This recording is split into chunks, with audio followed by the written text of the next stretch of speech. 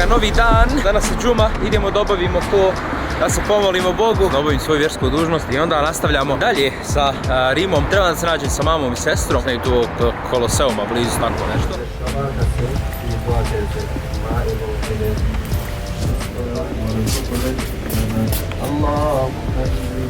Ljudi, završio sam sa džumom i nećete vjerovati šta mi se desilo. Naletio sam na džamiju koju, hajmo reći, održavaju ljudi iz Indije i bukvalno samo oni klanjaju tu.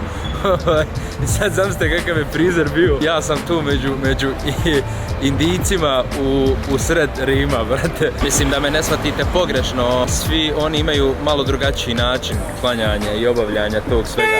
Kad sam tek ušao, malo mi je bilo u početku kao interesantno u kojim uvjetima obavljaju to sve, a onda mi je bilo iskreno žao. Većinom napolju klanjaju, unutra su uslovi baš loši i tako da. Gore je ova stanica Jonjo, što meni treba. Ona vodi do Koloseuma, a tamo ćemo se naći sa sestrom. Evo ga, izašao sam kod Koloseuma, čisto još jednom da se zabilježi za vloga da smo tu.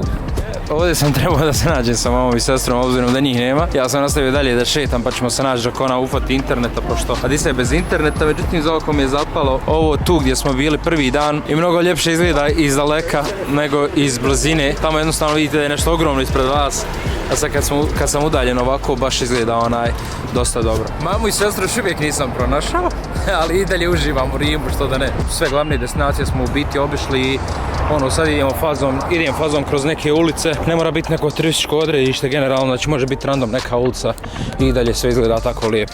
Ovo je stvarno lijepo, ne znam šta je, ali lijepo. Neko šetalište, nešto jest. A one tu sjede lijevo u ovom nekom od barova. Ćemo da ih nađemo. Evo, Adisa me edukovala, ovo je dakle Circo Massimo, služilo je nekada za njihove kao cirkuste predstave, trke konja i tako dalje i tako dalje. Danas se služi kao šetalište, proslavljaju se nove godine ovdje. Dakle, bude predstave za novu godinu, vatrometi, ludilo i tako dalje. Jer je baš velika livada ravna, budu DJ-evi, nastupi i tako te stvari. Idemo sada do rimske piramide.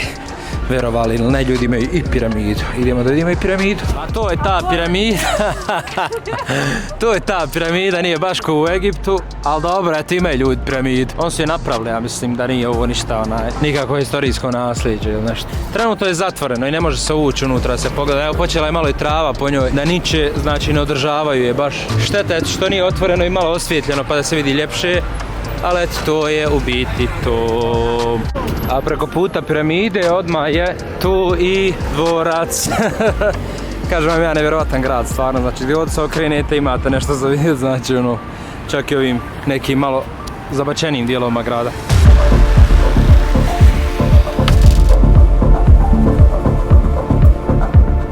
Ćao ekipa.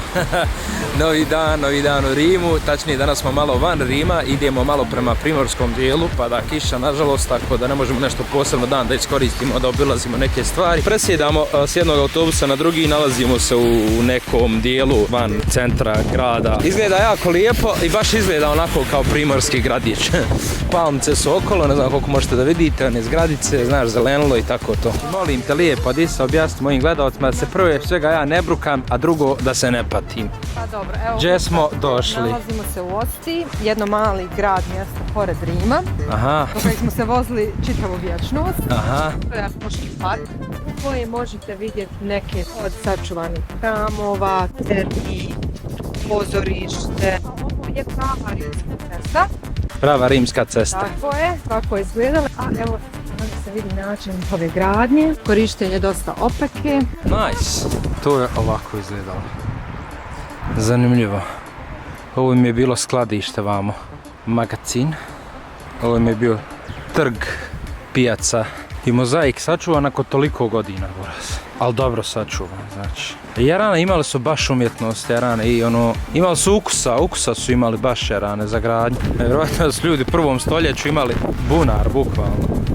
Preko njega skupljali kišnicu. Evo upravo to radimo. I upravo to radimo i sad, jest. Iscijedi jaknu. Ali što je najjače, ne samo da se skupljalo, nego su imali i cijevi koji su nadvodnjavali doslovno, znači, evo ih tu ih možemo vidjeti. Izvinite, pada kiša, teško je prikazati.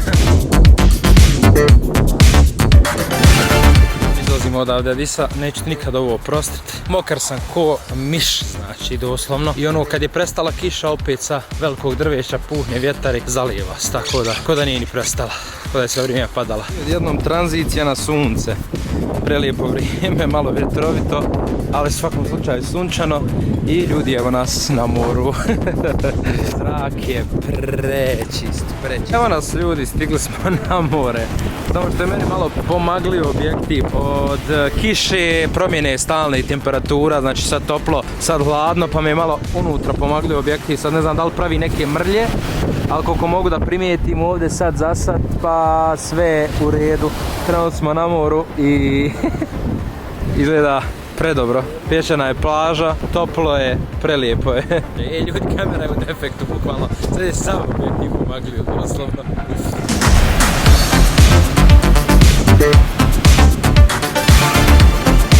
Valovi su ogromni. Nisam se slika. Baš je valovi. I vjetrovito. S ove vamo strane sada dođe, vjerovali ili ne, Tunis. A sjeverno ide tamo Sicilija, Korzika itd. itd.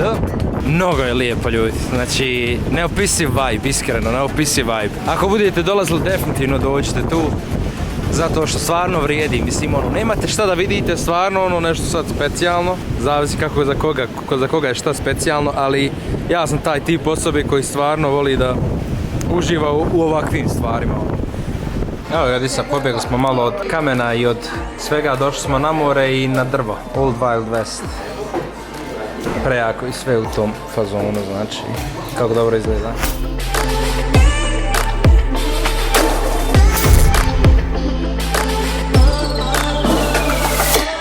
Jeli smo, sad malo hodamo i tražit ćemo sada negdje mjesto da popijemo kaficu. Idemo dakle uz obalu, samo što se obala ne vidi sad od ovih kućica šta je ovo.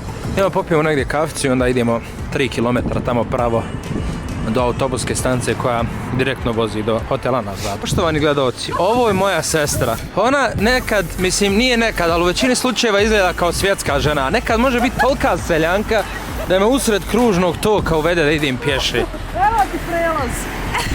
Dobar. Evo, aj sad malo preko livade, pa ja naviklo to orat. Idemo da vidimo ova elektronska bicikla nekako da rentamo, da zapedalamo do stanice jer nam je malo daleko. Ali smo opet pored mora i najvjerojatnije ćemo tu da pijemo kaficu u ovom baru. Prelijepo je! Znači kafa, znači uz obalu. Znači moja sestra. Preko njive je došla. Moja sestra preko njive do kafića. Legenda.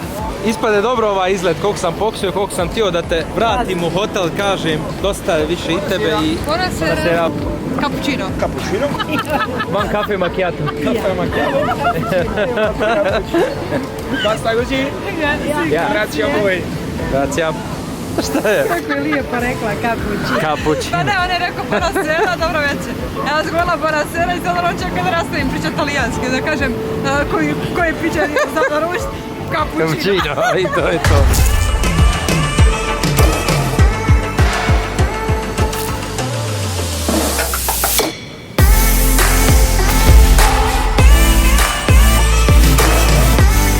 Kafić je znači ko iz filmova, bukvalno.